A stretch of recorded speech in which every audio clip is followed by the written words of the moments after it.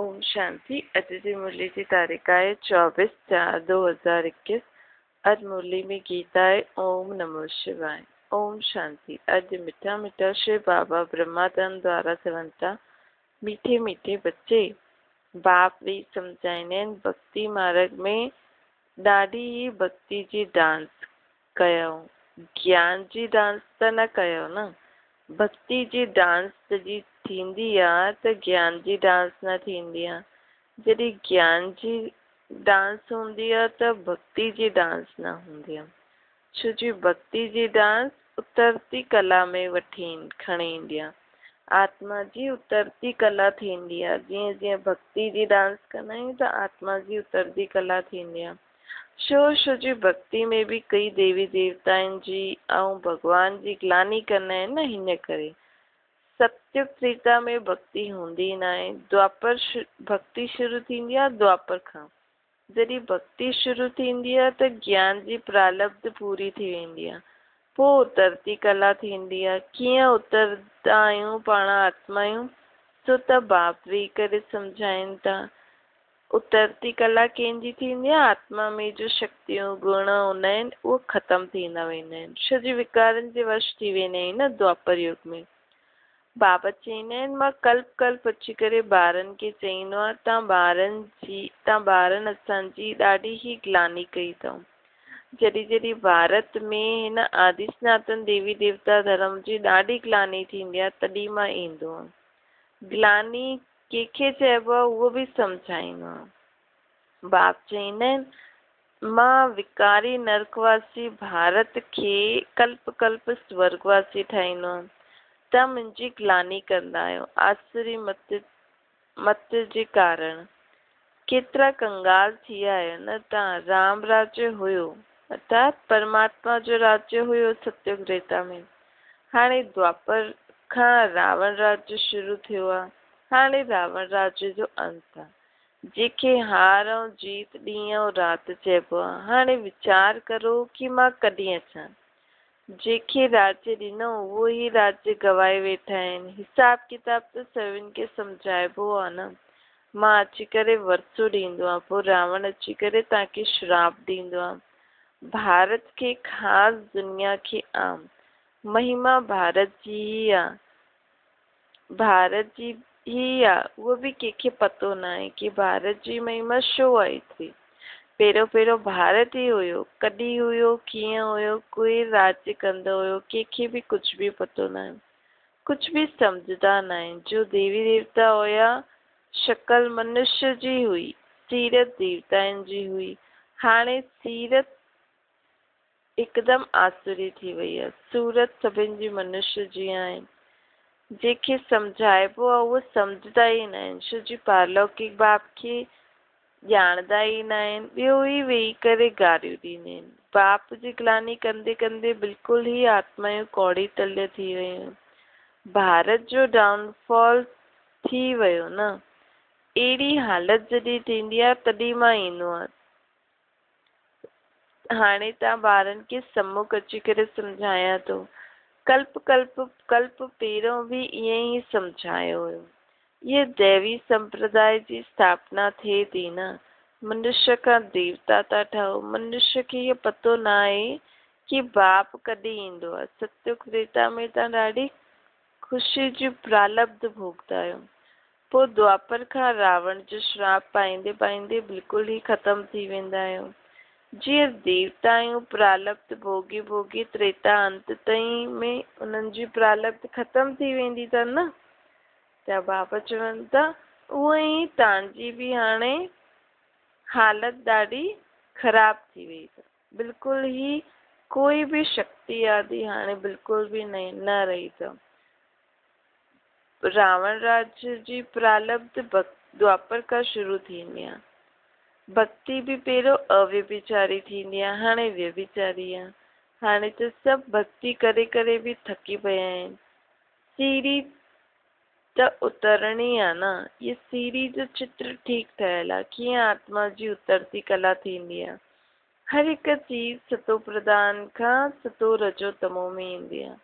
बाबा चवनि था जॾहिं रावण राज्य शुरू हुयो त बि हुन रावण जे राज्य में तव्हां पहिरियों सुखी हुयो। हाणे त रावण जे राज्य में बि सभु दुखी थी विया आहिनि। जीअं देवता ई प्रारब्ध भोगे भोगे अंत में ख़तम थी विया, हाणे रावण बि जेको तव्हांखे सुख पियो ॾे उहो भोगे भोगे हाणे त हिकदमि दुखी थी आहियो। खाद पइजी वई अथव न आत्मा में।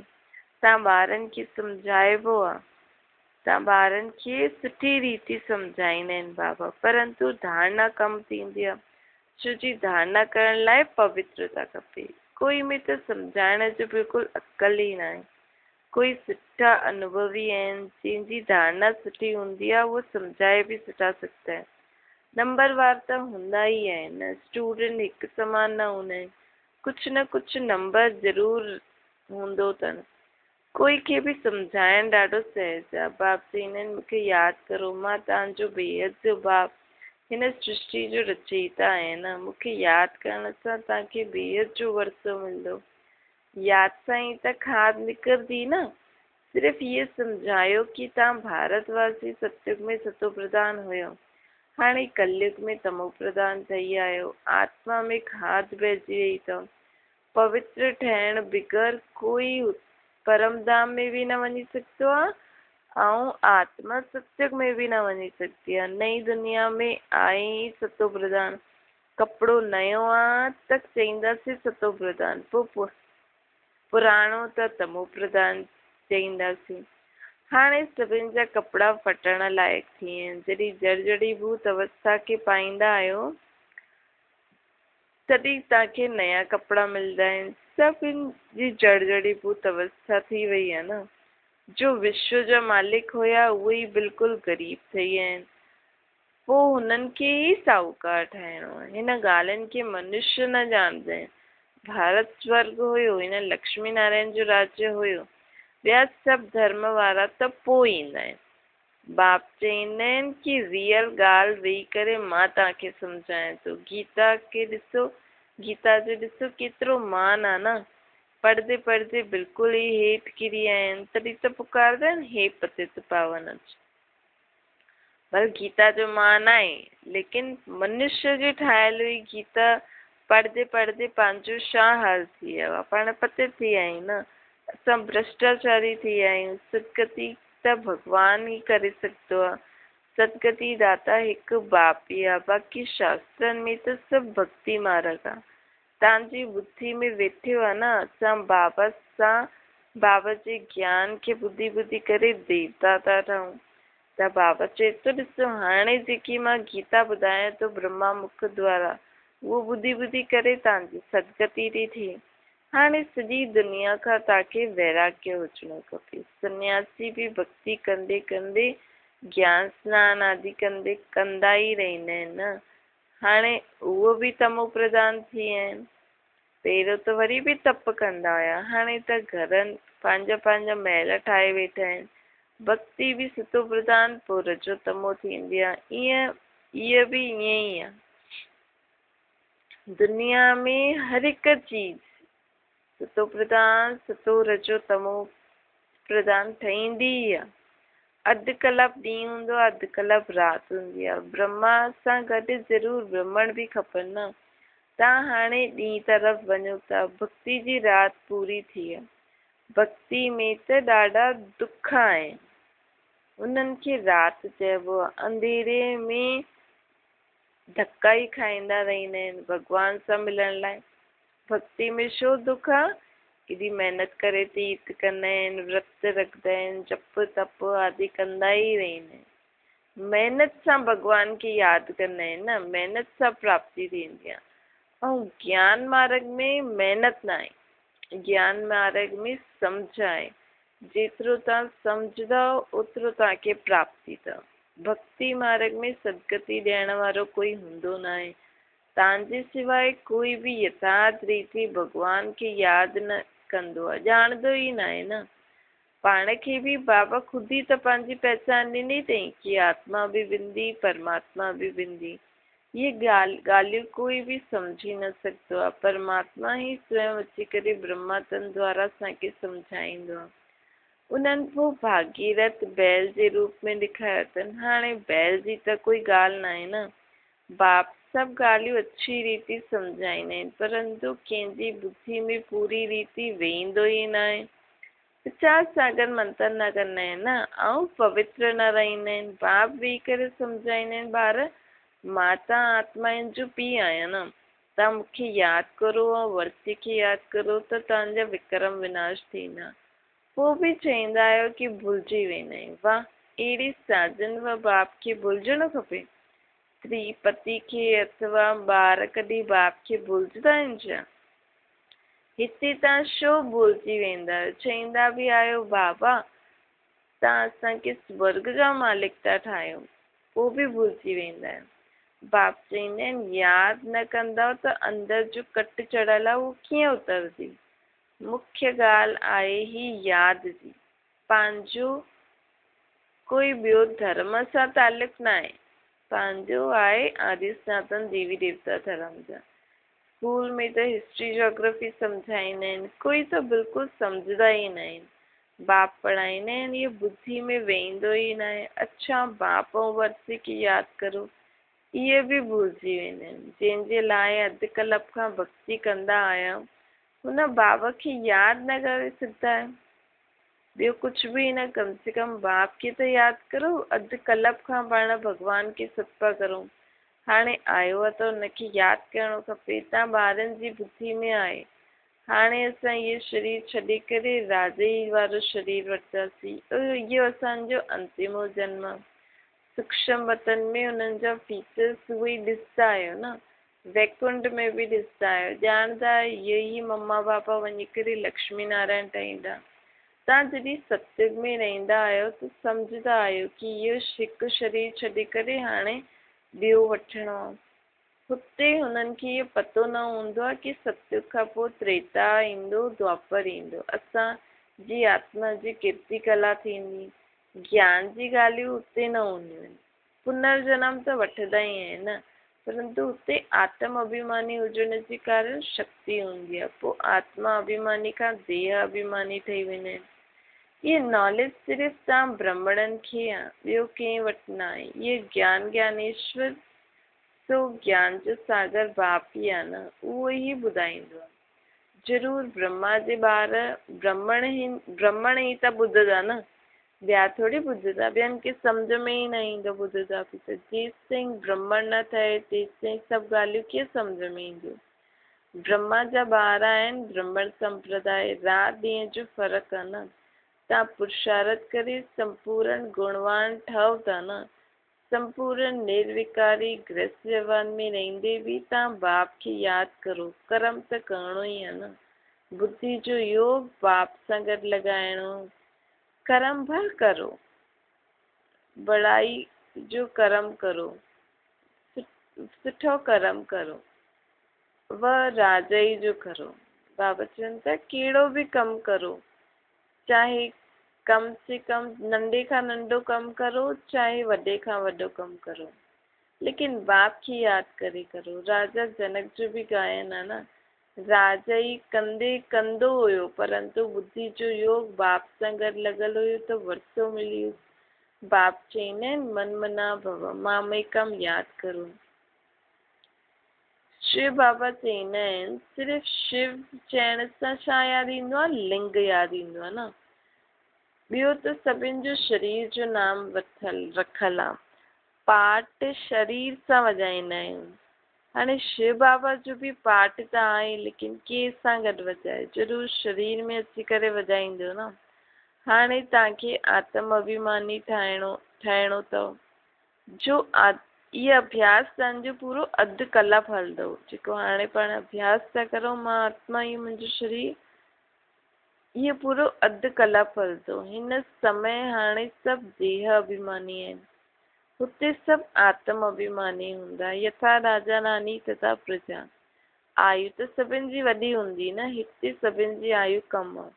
त बाप बि ॿारनि खे सम्झाइनि था केतिरो सुठी रीति, हे आत्मायूं, छो जी आत्मा ज्ञान थी वठे न, धारणा आत्मा में थींदी आहे। बाबा खे शरीर त आहे न, आत्मा में ई सॼो ज्ञान आहे न बाबा जी त। आत्मा ही स्टार आ, बाबा भी स्टार आ, वो पुनर्जन्म न वठंदा आहिनि। आत्मायूं पुनर्जन्म वठियूं आहिनि। इन करे बाबा कम ॾिनो हुई कि परमात्मा जी महिमा ऐं ॿार जी महिमा लिखी करे अचो। ॿिन्हिनि जी अलॻि अलॻि आहे न। कृष्ण जी महिमा अलॻि आहे, उहो साकार, उहो निराकार। एतिरा गुणवान हुनखे कीअं ठातो? छो जी बाबा जी में त आत्मा में जेको ज्ञान आहे उन जी महिमा आहे, ऐं कृष्ण जे चरित्रनि जी महिमा आहे। त ज़रूर परमात्मा ई हुनखे अहिड़ो ठातो हुनई न। कृष्ण जा हुते जेका शरीर खे ॾिसंदा, हर कर्म जी उन्हनि जी महिमा कंदा आहिनि न, उन्हनि जी पूजा थींदी आहे। ऐं कृष्ण जे शरीर खे ॾिसी करे हुनजी महिमा कंदा आहिनि कि इहो ईअं आहे, ईअं आहे। हुनजे शरीर सां सभु कुझु ॾिसंदा आहिनि कि कीअं हुन में एतिरा गुण अथसि। ऐं परमात्मा ब्रह्मा जे तन में अची करे जेको ज्ञान ॿुधाईंदो आहे उन जी महिमा कंदा आहिनि। ज्ञान सां असांखे छा अनुभव थींदो आहे, असां में छा परिवर्तन थींदा आहिनि, उन जी महिमा कंदा आहिनि। हिन समय तव्हां ईश्वर संप्रदाय जा आहियो, तव्हांखे बाप सिखलाइनि था न, पुठियां पोइ पाण प्रारब्ध भोगंदासीं। सत्युग में त कोई न सिखलाईंदो न पाण खे इहे सभु चीजूं। भक्ति मार्ग जी सामग्री हिते ख़तम थी वेंदी। हिन दुनिया सां वैराग्य बि खपे। अर्थात देह से देह जे सभु संबंधनि खे छॾे पंहिंजे खे अशरीरी आत्मा सम्झणो आहे। नंगा आयासीं, नंगा वेंदासीं। अर्थात बिना शरीर आयासीं, बिना शरीर वेंदासीं। ये पुराणी दुनिया खलास थी वेंदी, असां सभु नई दुनिया में वेंदासीं। बसि इहो इन ई यादि में महिनत कंदा रहो, इन में ई फेल थी वेंदा आहिनि। यादि कंदा ई न आहिनि। जो बि सम्झण जे लाइ ईंदा आहिनि उन्हनि खे बि सम्झाइणो आहे। शिव बाबा ब्रह्मा द्वारा चईंदो आहे कि मूंखे यादि करो, त खाद सां यादि सां तव्हांजी आत्मा जी खाद निकिरंदी। तव्हां विष्णुपुरी जा मालिक ठही वेंदा। विष्णुपुरी ई स्वर्गपुरी आहे। जो जेतिरो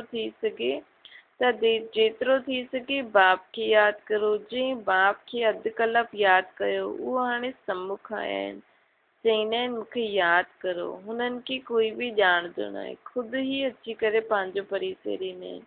मां जो आहियां, जीअं आहियां, अहिड़ो कोई वीरलो ई ॼाणंदो आहे, निश्चय कंदो आहे। निश्चय करण जो बि पुरुषार्थ करणो। बाबा चईंदा आहिनि अगरि ॿारनि खे निश्चय थी वञे त पोइ पुरुषार्थ करे वरसो बि वठिणो खपे न। शिव बाबा चईंदा आहिनि मूंखे यादि करण सां तव्हांजा विक्रम विनाश थींदा। तव्हां पवित्र ठही पवित्र दुनिया जा मालिक ठही वेंदव। विक्रम कोई बि न करिणो आहे। हाणे जॾहिं पाण पंहिंजे विक्रमनि खे विनाश था करूं त इहो ध्यानु ॾियो कि हाणे कोई बि विक्रम न थिए पाण खां। छा ओम शांति वरदान आहे करण ऐं चयन। हिन ॿिन्हिनि खे समान ठाहिण वारा क्वालिटी जी सेवा करण वारा सच्चा सेवादारी ठहो। सदा अटेंशन रहे कि पहिरियों करिणो आहे पोइ चइणो। चइण त सहज आहे न, करण में महिनत लॻंदी आहे। महिनत जो फल सुठो हूंदो आहे। लेकिन यदि ॿियनि खे ई चईंदव त स्वयं कंदव ई न, चईंदा रहंदा ॿियनि खे, स्वयं न कंदा त सर्विस सां गॾु गॾु डिसर्विस बि थी वेंदी न। जीअं अमृत जे विच में विष जी हिकु बूंद पइण सां बि सॼो अमृत विष थी वेंदो आहे। त बाबा चवनि था अहिड़ी तव्हां केतिरी बि सर्विस करो, लेकिन हिकु छोटी सी ग़लती सर्विस खे समाप्त करे छॾंदी आहे। हिन करे पहिरियों पंहिंजे मथां अटेंशन ॾियो, तॾहिं चईंदासीं सच्चा सेवादारी। स्लोगन आहे अनेकता में एकता लाइण वारा, बिगड़ी खे ठाहिण वारा। इहे ई सभिनि खां वॾी विशेषता आहे। अनेकता में एकता लाइण वारा, बिगड़ी खे ठाहिण वारा, इहे ई सभिनि खां वॾी विशेषता आहे। छा ओम शांति। अॻियां मातेश्वरी जी जा अनमोल महावाक्य आहिनि। चढ़ती कला ऐं गिरती कला जा मुख्य जड़ छा आहे। ॾाढा मनुष्य इहो प्रश्न पुछंदा आहिनि कि जॾहिं एतिरो पुरुषार्थ करे जीवन मुक्ति पद खे पायूं था त बि छा कारण आहे, छा कारण ठहींदो आहे जो असां हेठि किरंदा ईंदा आहियूं। भल असां चईंदा आहियूं कि हार ऐं जीत जो खेल आहे, हिन में चढ़ती कला उतरती कला, भई चढ़ती कला उतरती कला थियण जो बि कोई कारण त ज़रूर आहे। जे कारण जे आधार सां ये खेल हलंदो ई रहंदो आहे। जे पुरुषार्थ सां असां चढ़ंदा आहियूं उहो ई असांजो किरण जो बि कारण ज़रूर आहे। हाणे कारण खे बि कोई वॾो कारण बि कोई वॾो न आहे, जरा सी भूल आहे। जीअं परमात्मा चईंदा आहिनि मूंखे यादि करो त मां तव्हांखे मुक्ति जीवन मुक्ति जो पद ॾींदमि। उहो ई जॾहिं बॉडी कॉन्शियसनेस थी वेंदा आहियूं त परमात्मा खे भुलिजी वेंदा आहियूं। पोइ किरी पवंदा आहियूं, पोइ वाम मार्ग में हली वेंदा आहियूं, पोइ पंज विकार में फसण सां दुख थींदो आहे। त इहो थियो न पंहिंजो दोष, न कि रचता जो दोष थियो। जो माण्हू चईंदा आहिनि दुख सुख परमात्मा ई ॾींदो आहे, इहो चइणु बिल्कुलु रॉन्ग आहे। बाबा सुख रचंदो आहे, न कि दुख रचंदो आहे। बाक़ी असां श्रेष्ठ कर्मनि सां सुख उठाईंदा आहियूं ऐं भ्रष्ट कर्म सां दुख भोगंदा आहियूं। बाक़ी सुठो कर्म जो फल ऐं बुरे कर्मनि जो दंड परमात्मा द्वारा अवश्य मिलंदो आहे। परंतु हीअं न चईंदासीं कि सुख दुख ॿई परमात्मा था ॾियनि, न। परमात्मा त चढ़ती कला में असां सां गॾु आहे न। बाक़ी किराइण वारी त माया विकार आहे। कॉमन रीति में बि कोई साथ अथवा मदद ॾींदो आहे सुख जे लाइ, बाक़ी दुख उठाइण जे लाइ कोई कंहिंजो साथ न वठंदो आहे। बाक़ी त जीअं जीअं कर्म उहो फल जी रिज़ल्ट। त हिन ड्रामा जे अंदरि सुख दुख जो खेल पंहिंजे कर्मनि जे मथां ठहियलु आहे। परंतु तुच्छ बुद्धि मनुष्य हिन राज खे न ॼाणंदा आहिनि न, इन करे चईंदा आहिनि सुख दुख भॻवान ई ॾींदो आहे। छा ओम शांति।